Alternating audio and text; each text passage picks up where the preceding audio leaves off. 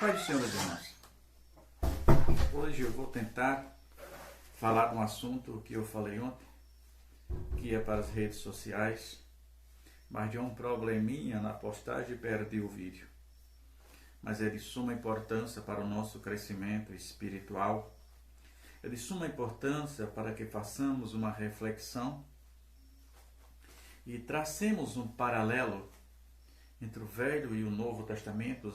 O Velho, que era apenas sombra, tudo o que acontecia no Velho Testamento era apontando para o futuro, que chegou, que foi Jesus.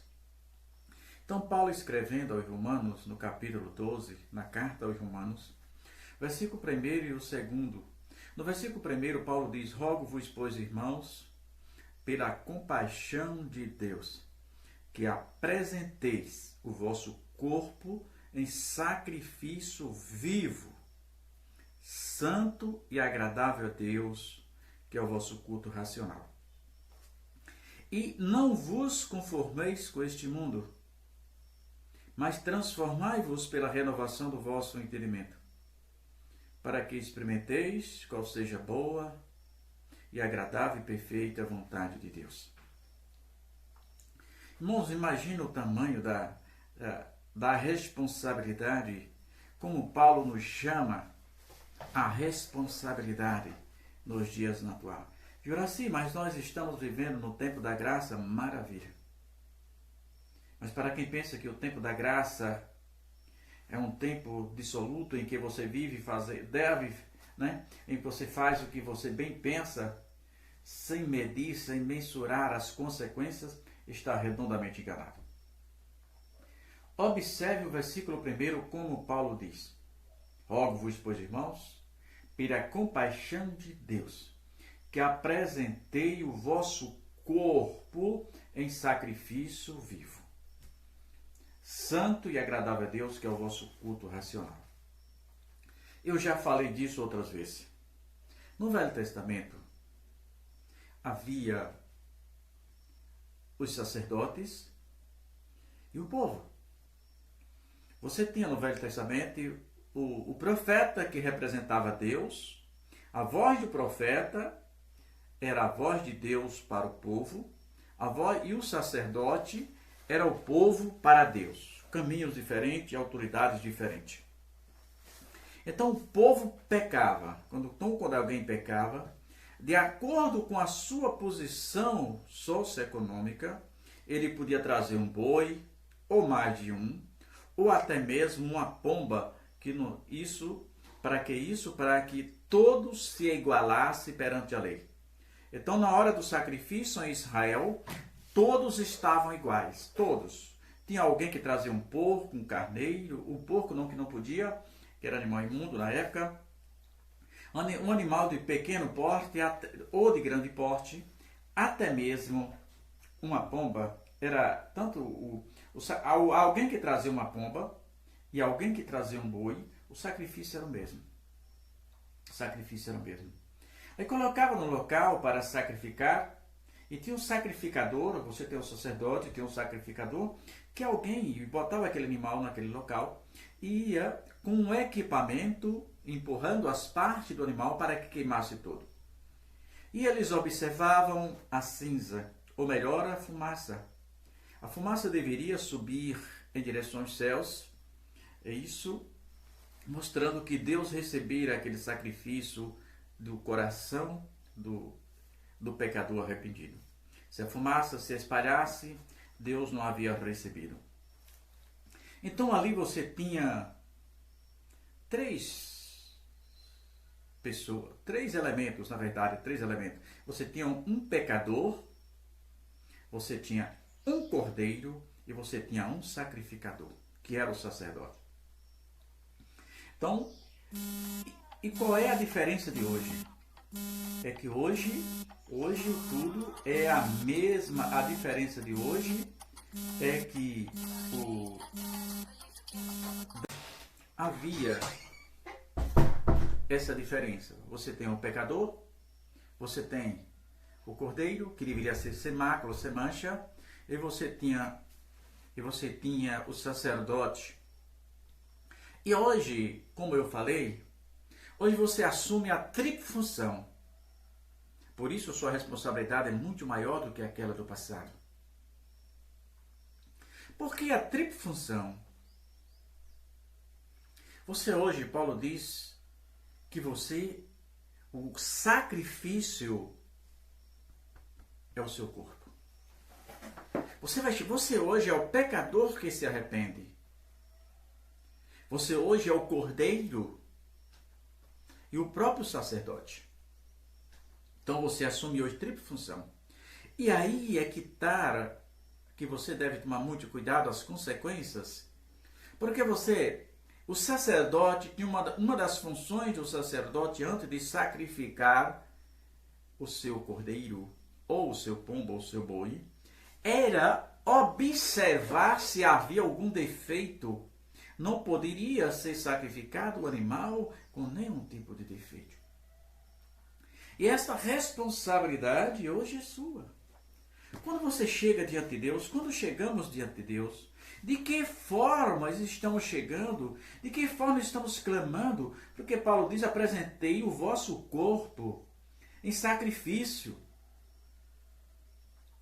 Tem hora, irmãos, que não é fácil, mas é necessário que nos abstenhamos de algumas coisas.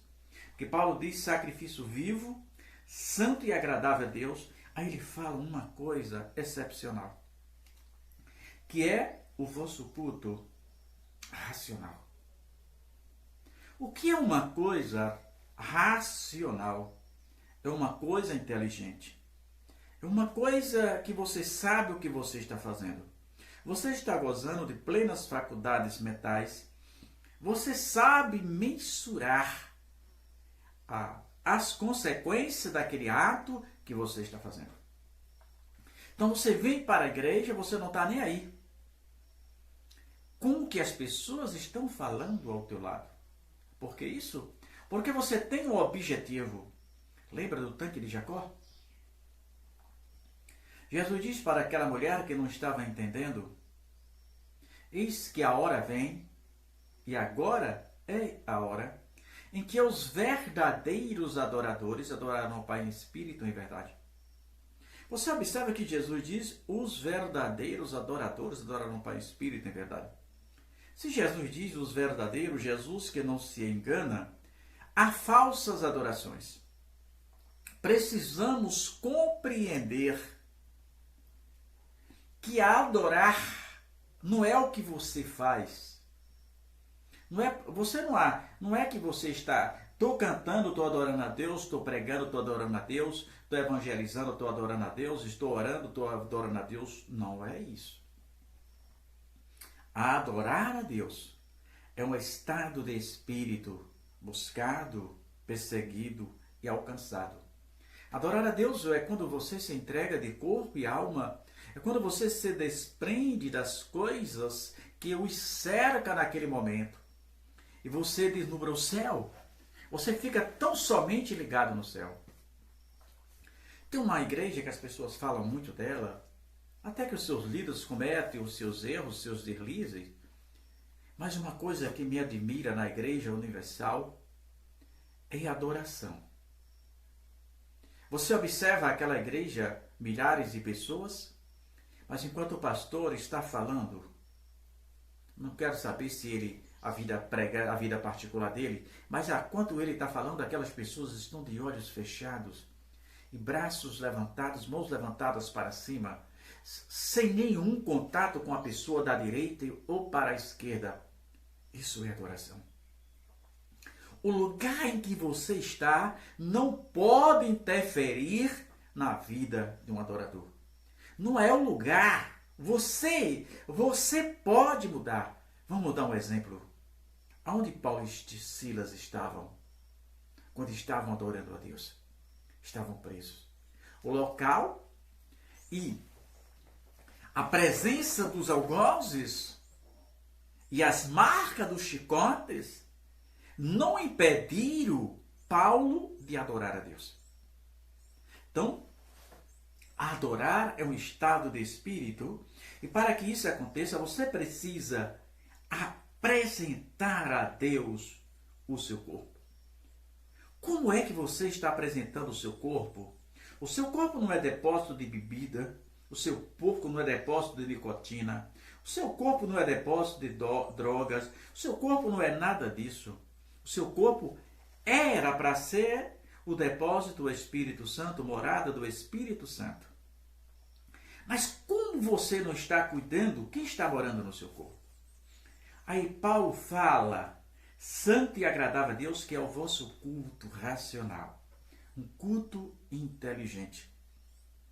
Não é o culto do sapateado. Não, aquilo é meninice. Não é o culto do caipira. Não, aquilo não é poder de Deus. Poder conferido a alguém, poder conferido a uma autoridade, o torna mais prudente, o torna mais maleável. Poder conferido à autoridade deixa essa autoridade mais serena, mais calma. Porque quando você vê alguém gritando, alguém sapateando, esperneando, mas Juraci, o cara está cheio de autoridade. Engano. A autoridade de alguém leva ele a ser mais poderado, leva ele a ser mais moderado, leva ele a ser mais calmo, a ser tranquilo, leva ele a ter uma visão de todos os ângulos, leva ele a pensar em tudo que vai fazer. Então, um culto racional é um culto em que eu sei. É um culto que eu não preciso estar pregando correndo. É um culto em que eu sei que a palavra de Deus está acima de tudo na igreja. Está acima do cântico, está acima da oração, está acima de qualquer coisa. Porque ela é a palavra de Deus. O único meio de salvar o homem, o único meio de salvar a raça humana, o único meio de edificar a raça humana é através da palavra de Deus. Na própria oração sacerdotal, em João 17:17, Jesus diz, Pai, santifica-os na verdade, a tua palavra é a verdade. Aí nós olhando aqui, tem culto racional, aí depois vem logo em seguida, e não vos conformeis com este mundo, mas transformai-vos pela renovação do vosso entendimento, para que experimenteis qual seja a boa, agradável e perfeita vontade de Deus. Transformai. Aí ele vem, não vos conformeis com este mundo, mas transformai pela renovação do vosso entendimento. Paulo está dizendo que nós envelhecemos. Aquele Juraci do início do Evangelho, aquele você, Paulo, Mateus, João, Tiago, Davi, seja lá Natan, seja lá quem for, do início do Evangelho, já não é mais o mesmo. Fomos nos conformando com essa nuvem sombria que cobre, que nos cerca, e deixamos de observar certas coisas de suma importância para o nosso crescimento espiritual. Por isso Paulo fala de renovação, tornar novo novamente. Depois que eu voltar a compreender, literalmente no termo literal, o que Jesus quer de mim, por que ele me deu tantos livramentos se não somos merecedores? Aí é que eu vou entender. Quando eu renovar a minha mente, para que experimenteis qual seja boa, perfeita e agradável vontade de Deus. Então precisamos pensar nisso. Primeiro, você assume uma tríplice função. Você hoje a responsabilidade é muito maior do que aquela do Velho Testamento. Lá você tinha responsabilidades divididas. Hoje não. Hoje você é o próprio pecador que se arrepende. Você hoje é o próprio cordeiro que deve ser levado ao sacrifício e deve fazer uma observância, uma autoavaliação. Você deve fazer uma autoavaliação, se policiar. Você deve fazer uma introspectiva e ver se esse cordeiro que está levando ao sacrifício está manchado. Vê se esse cordeiro que está levando ao sacrifício tem algum defeito. Porque você é o próprio cordeiro. Que você também é o sacerdote. Então você assume a função de pecador arrependido, de cordeiro imaculado e do sacerdote que vai se apresentar diante de Deus. E a pergunta para nós: como estamos nos apresentando diante de Deus? Diante da sociedade, nós podemos ser alguma coisa, apresentar alguma coisa, e diante de Deus. Pensemos nisso. Pensemos enquanto é tempo. Rogo-vos, pois, irmãos, que apresentei o vosso corpo em sacrifício vivo, santo e agradável a Deus, que é o vosso culto racional. A igreja, o local onde se reúne para glorificar o nome do Senhor. Mas você deve ser luz é lá fora. Você deve brilhar é lá fora. Não é na igreja que você precisa brilhar. Não é numa noite clara que se percebe as estrelas, mas é no meio da escuridão. Paulo diz que somos como astros espalhados no firmamento. Você quer ver a beleza do firmamento? Você quer ver a beleza dos céus? Se afaste da cidade. Se afaste das luzes e vai para um campo aberto. Por mais escura que seja a noite, mais brilho haverá no céu. E que Jesus nos oriente, nos capacite, para que sejamos como estrelas no firmamento.